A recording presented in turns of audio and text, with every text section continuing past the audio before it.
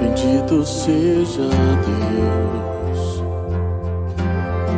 aquele que nos escolheu antes da criação.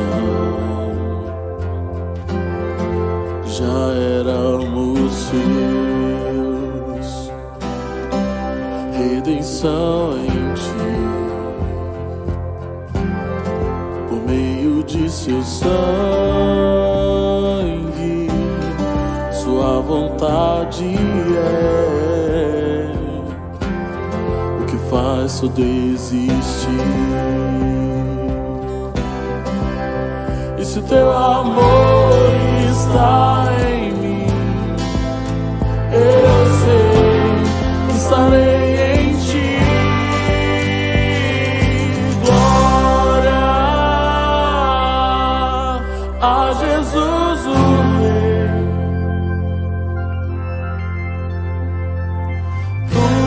Tudo converge para ti. Santos, tua morte nos tornou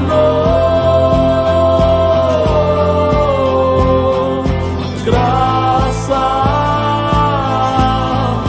que nos alcançou.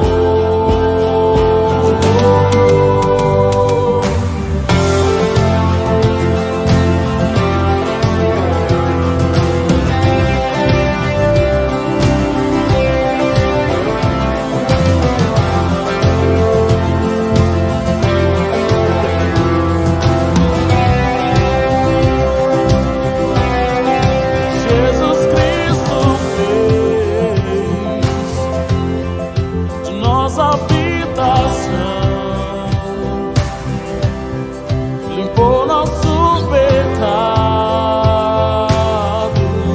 e nos deu a salvação. E se teu amor está em mim, eu sei que estarei em ti. E se teu amor está em mim, eu sei que estarei.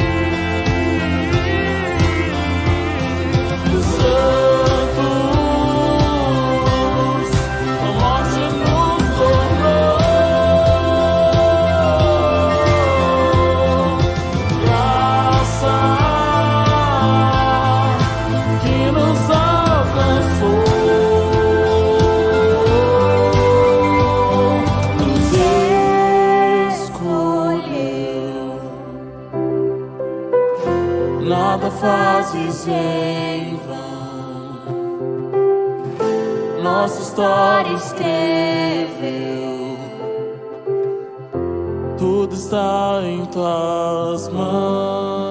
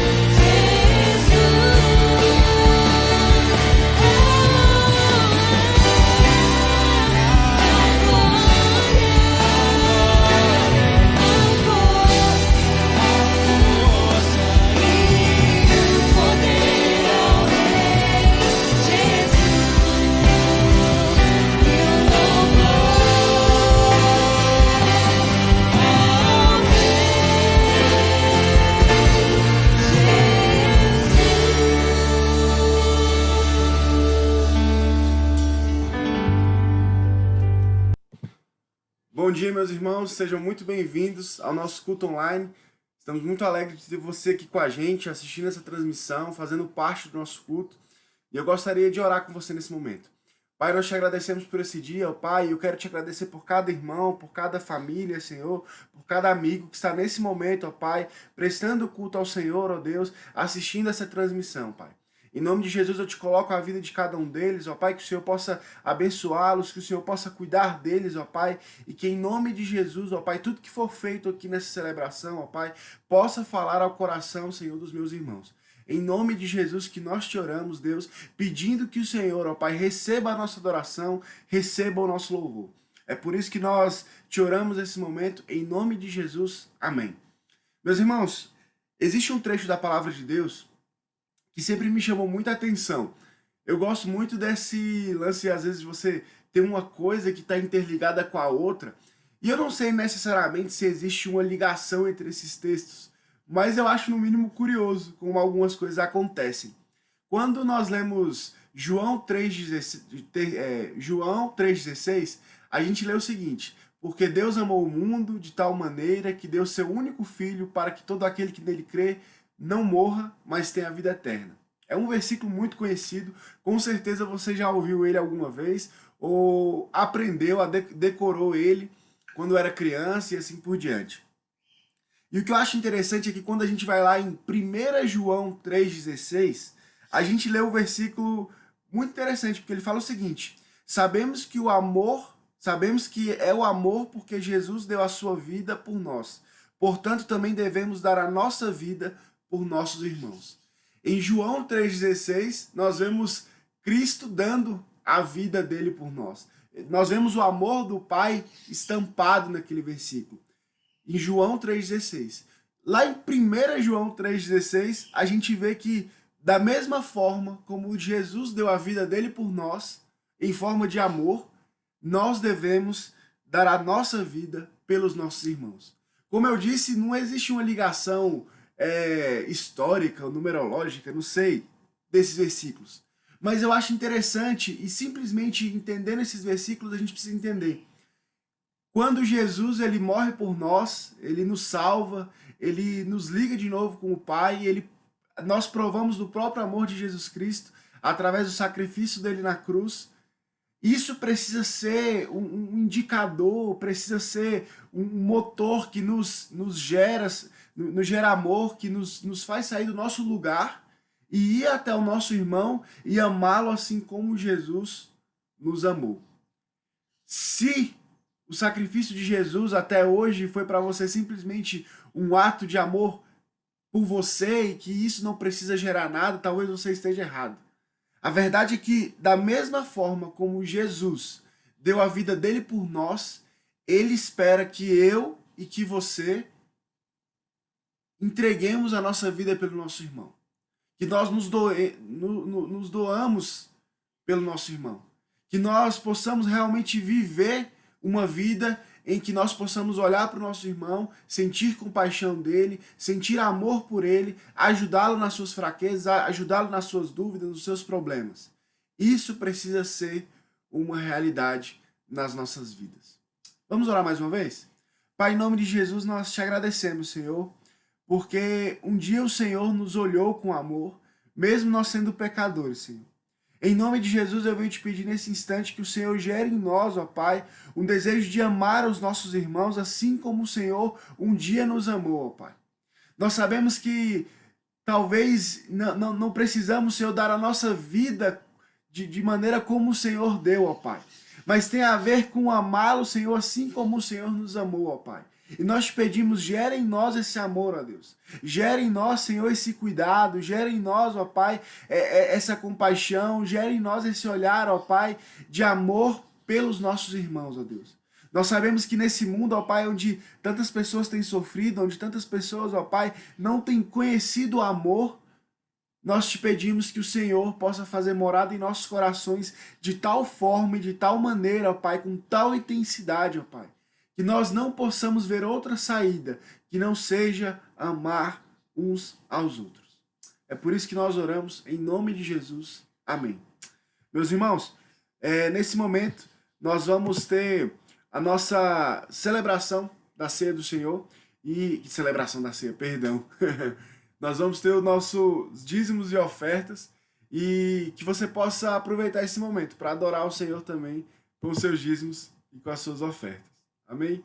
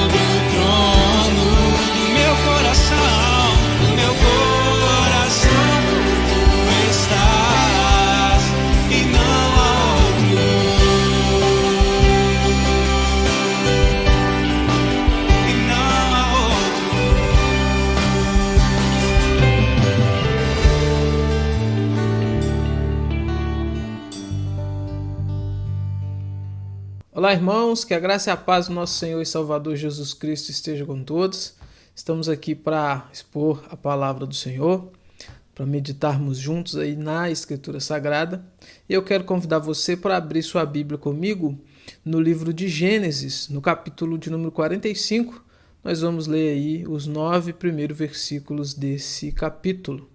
Gênesis, capítulo 45, do 1 ao 9. Mas antes vamos orar, vamos falar com Deus, pedindo a graça, a bênção do Senhor, pedindo ao Senhor para nos guiar neste momento. Senhor Deus, nós somos gratos ao Senhor, porque o Senhor é bom e as misericórdias do Senhor duram para sempre. Estendem-se de geração em geração, tem nos alcançado. Muito obrigado, Deus.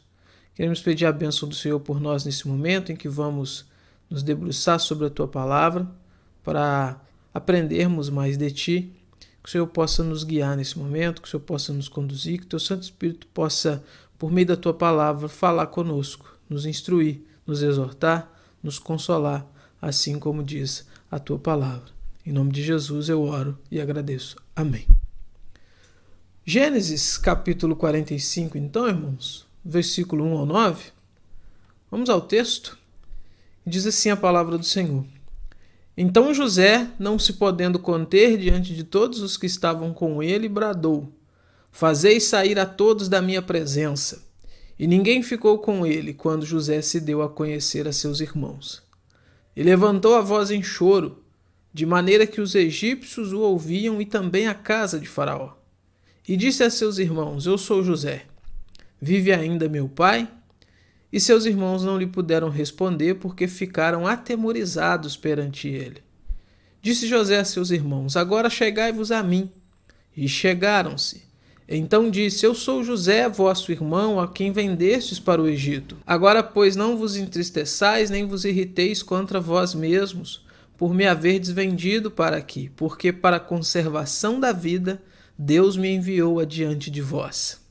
Porque já houve 2 anos de fome na terra, e ainda restam 5 anos em que não haverá lavoura nem colheita. Deus me enviou adiante de vós para conservar vossa sucessão na terra e para vos preservar a vida por um grande livramento.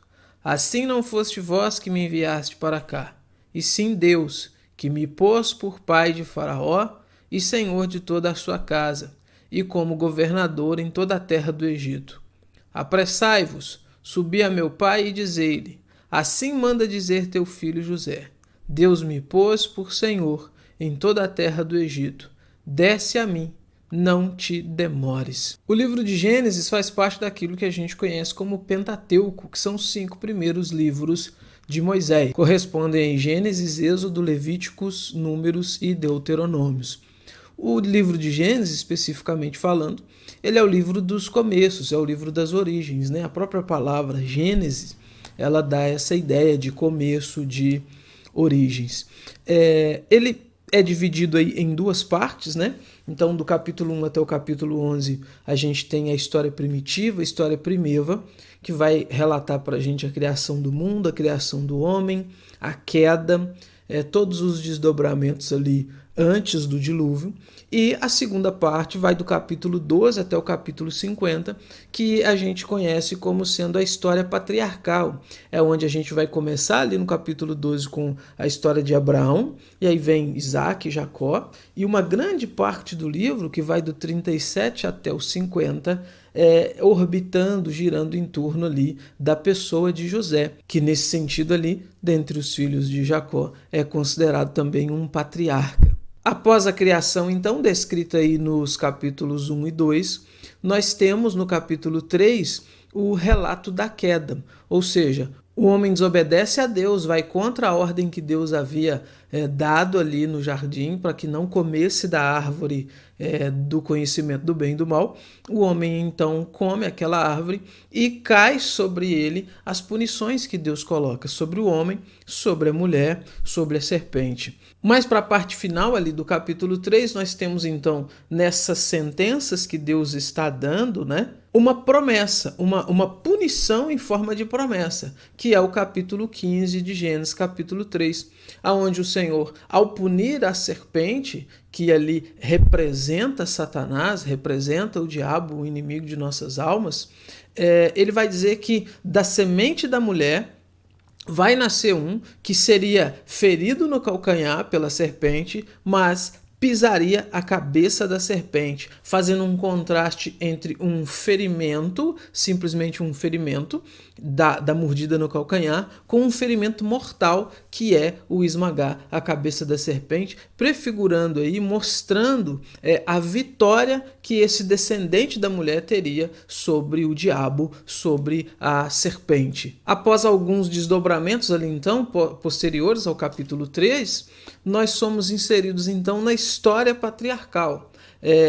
Essa história patriarcal, ela tem como um objetivo introduzir ali então para a gente no livro os desdobramentos que intencionam culminar então na vinda do Messias, ou seja, na vinda desse descendente que iria pisar a cabeça da serpente, como já foi mencionado ali no capítulo 3. É importante observar que esse é o ponto, esse desenvolvimento histórico que começa, sobretudo, aí em Gênesis, ele tem então como motivo mostrar para a gente como que Deus então vai agir na história para que essa promessa tivesse o seu cumprimento. É importante então perceber isso, como que Deus trabalha na história, como que Deus molda a história para cumprir os seus desígnios. E dentro, então, desse trabalhar de Deus na história, desse moldar de Deus da história, nós somos inseridos no capítulo 12 a história de Abraão, aquele homem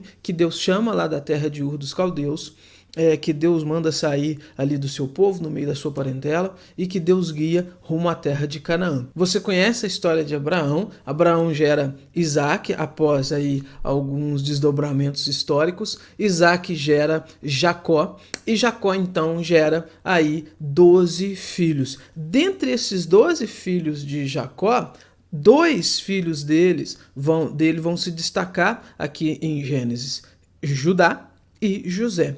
Judá se destaca dentro da história de José, e isso é interessante a gente perceber aqui. O capítulo 37 fala sobre José, a história de José é introduzida ali. O capítulo 38 a gente tem uma interrupção na história de José, e ali é relatado a história de Judá e Tamar, para a partir do capítulo 39, então, nós retornarmos à história de José.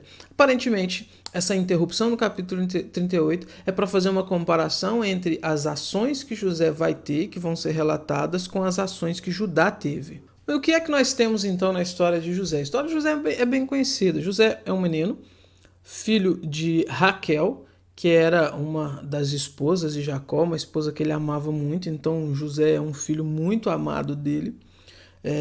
Aparentemente é o filho que Jacó escolhe para ser o seu sucessor.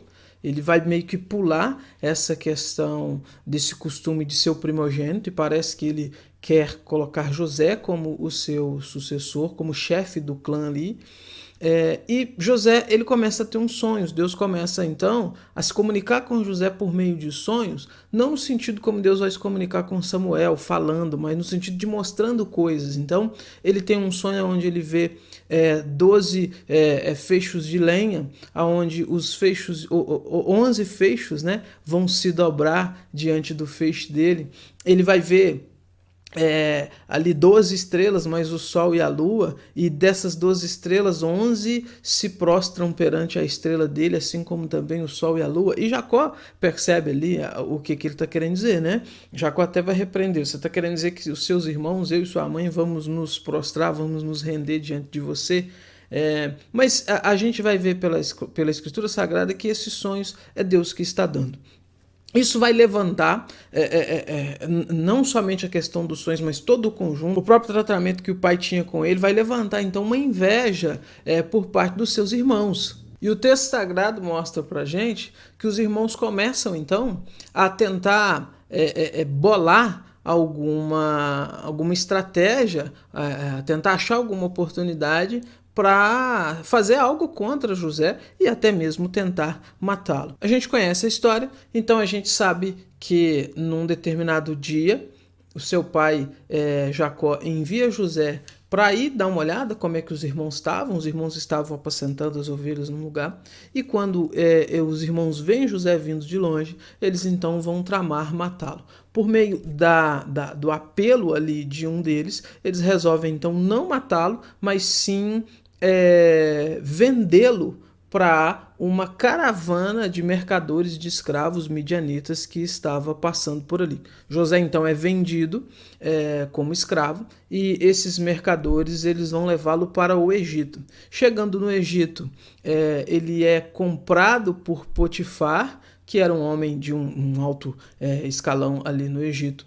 E ele começa então a ser um servo ali na casa de Potifar. Ele está longe da casa, está longe da família, está longe de tudo que ele conhece, está sem a sua liberdade, né, porque está escravizado, e ele começa então a trabalhar. Só que Deus é com ele. Tudo aquilo que José põe a mão prospera, tudo aquilo que ele pega para fazer dá certo. Isso chama a atenção de Potifar, isso chama a atenção de todo mundo, inclusive da esposa de Potifar. O texto sagrado vai dizer para a gente então que a esposa vai investir em José, querendo que José tenha relações sexuais com ela. José rejeita, foge, até que um belo dia, numa dessas investidas, José foge e a roupa dele ali fica nas mãos dela. Parece que ela o agarra, né?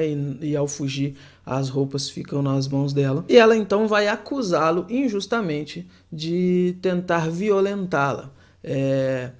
Aparentemente, Potifar percebe que tinha alguma coisa errada ali, porque se um escravo tentasse realmente violentar uma patroa naquela cultura, ele seria executado. Mas Potifar envia José para a prisão. E agora nós temos ali então José que foi vendido pelos próprios irmãos e que agora está sendo preso inocentemente, acusado de algo que não fez. Na prisão acontece a mesma coisa, Deus abençoa José. Então tudo aquilo que José faz prospera, a ponto de José ser colocado como uma espécie de administrador ali da prisão pelo carcereiro principal.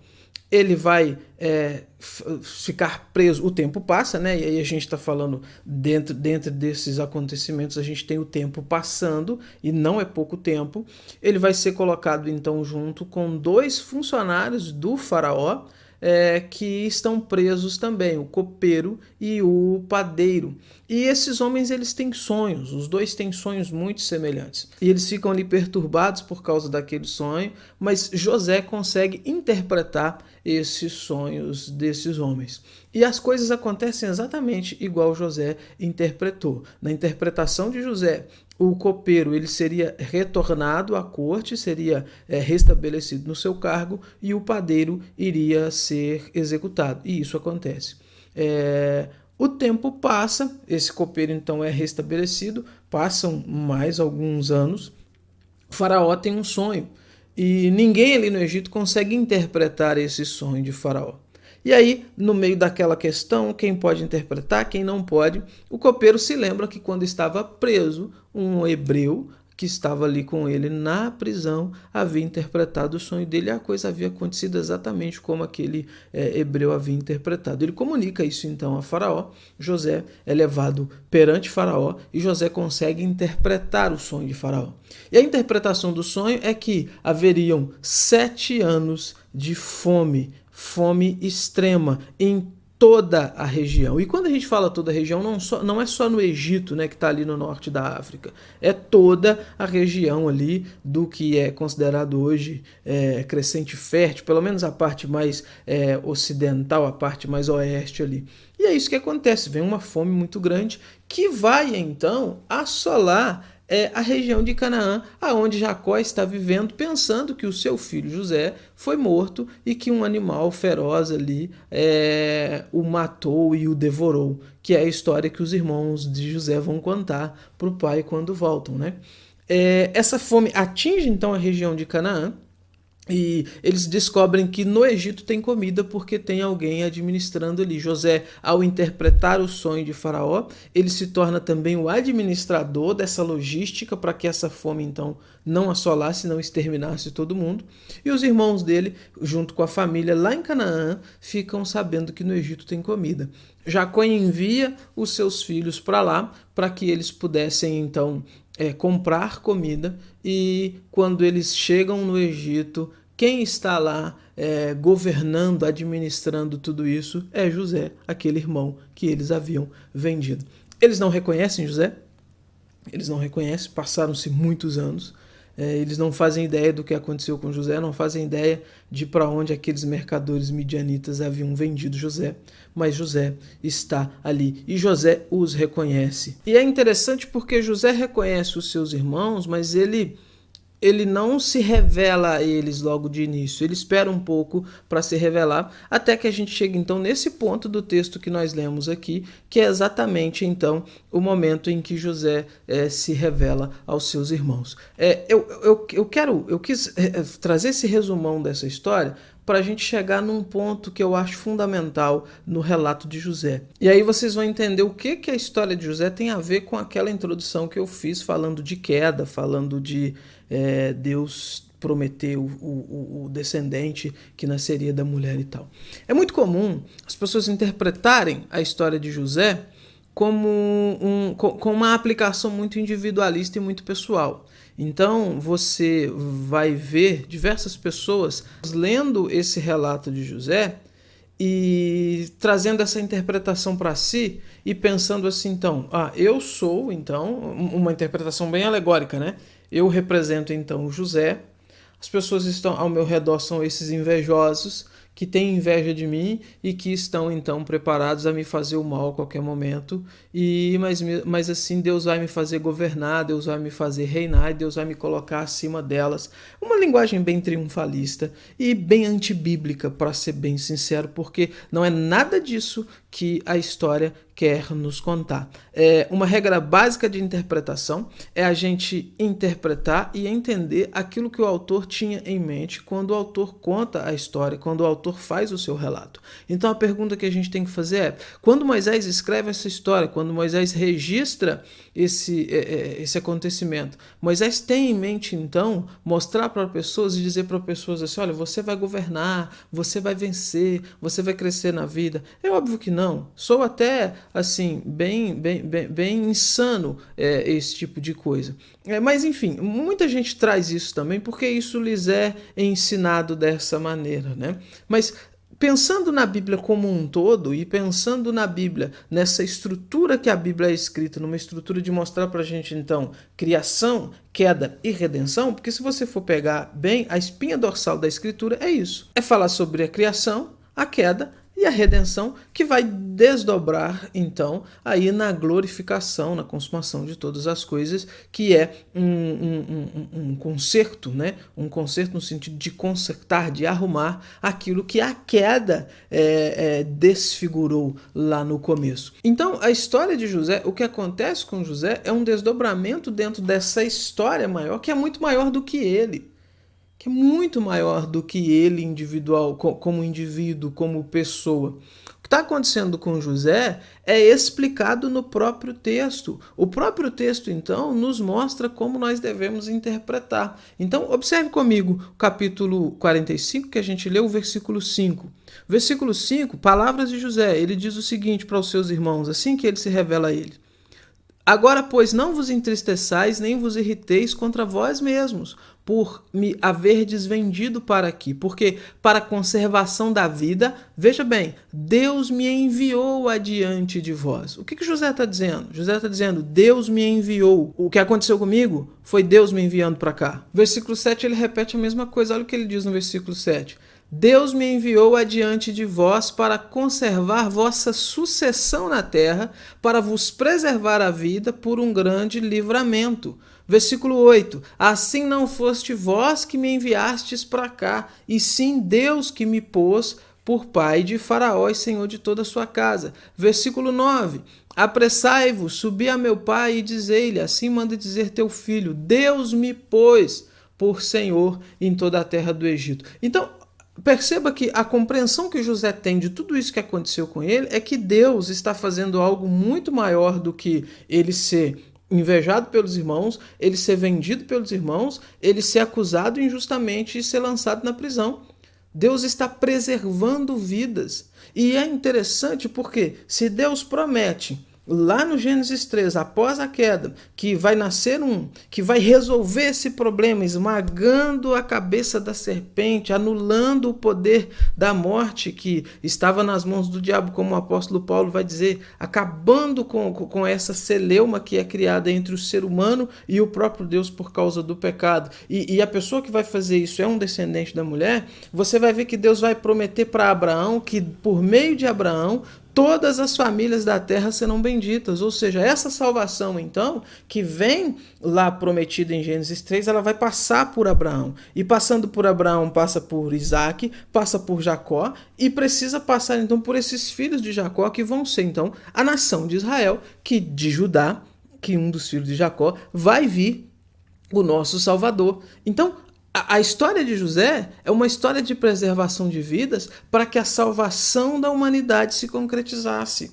Essa fome que acontece no Egito, então, ela é solucionada por Deus, preservando a vida do seu povo, para que então a história continue, a história se desdobre do jeito que Deus quer que ela se desdobre, e então, centenas de anos depois, lá em Belém, uma jovem vai dar luz a um bebê, o menino Deus, que vai ser o Salvador do mundo, que vai morrer também injustamente, mas que vai ressuscitar ao terceiro dia. Na sua morte, ele é ferido no calcanhar. Na sua ressurreição, ele fere a cabeça da serpente com essa ferida mortal, garantindo a vitória, garantindo o livramento, garantindo a salvação para o povo de Deus. A história de José, então, é isso. A história de José não é sobre um triunfalismo.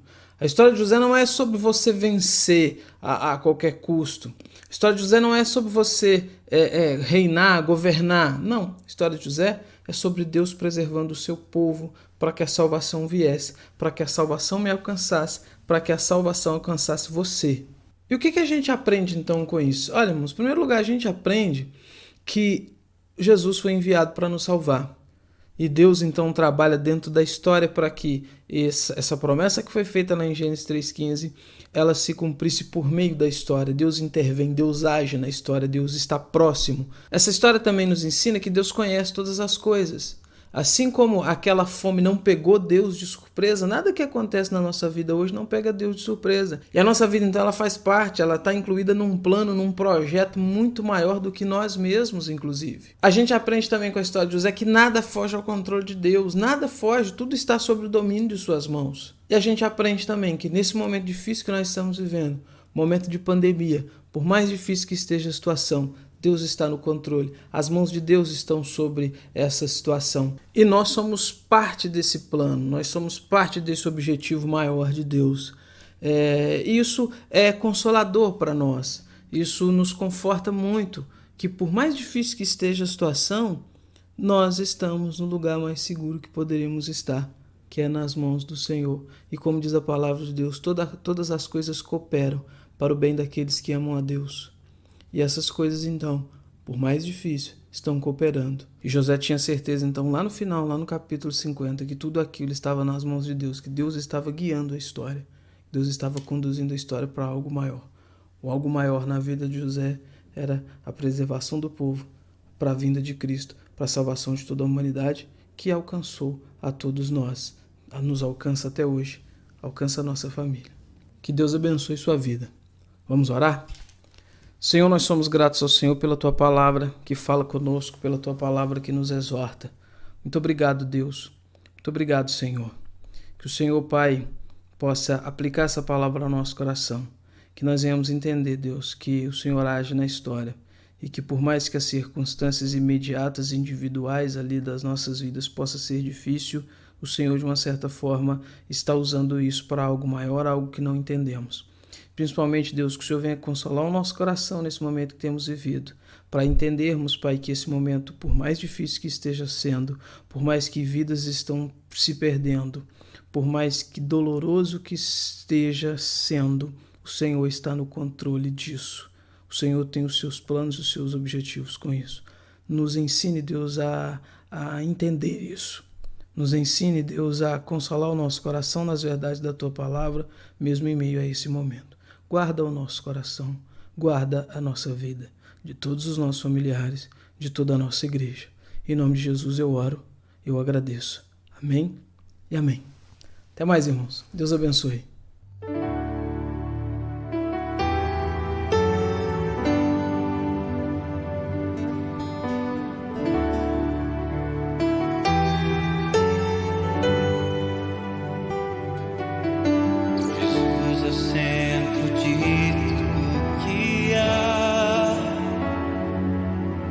Jesus é o centro de tudo que há,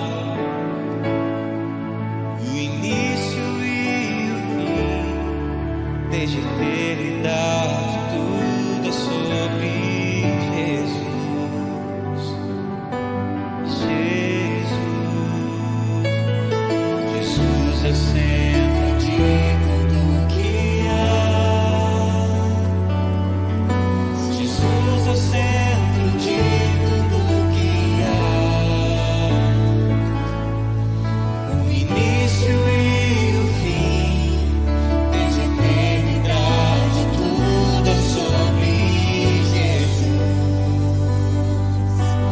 Jesus, nada mais importa, nada se compara a ti. Jesus, tu és o centro e tudo aponta para ti. Jesus é o centro de todo o meu ser. Jesus é o centro de todo o meu ser. Meu início, meio e fim, que eu viva sempre para ti, meu Jesus. Jesus, nada mais importa, nada se compara a ti. Jesus, tu és o centro e tudo aponta para ti. Jesus, nada mais importa, nada mais importa, nada se compara a ti. Jesus, tu és o centro e tudo aponta para ti. Jesus, que em meu coração Cristo seja o centro e todo o meu ser mostre quem tu és. Que em meu coração Cristo seja o centro e todo o meu ser mostre quem tu és. Todos juntos. Que em meu coração Cristo seja o centro e todo o meu ser mostre quem tu és. Que em meu coração Cristo seja o centro e todo o meu ser mostre quem tu és. Nós como igreja dizemos: Jesus é o centro de sua igreja. Jesus é o centro de sua igreja. Um dia ele virá, como igreja eu vou me encontrar com Jesus. Jesus,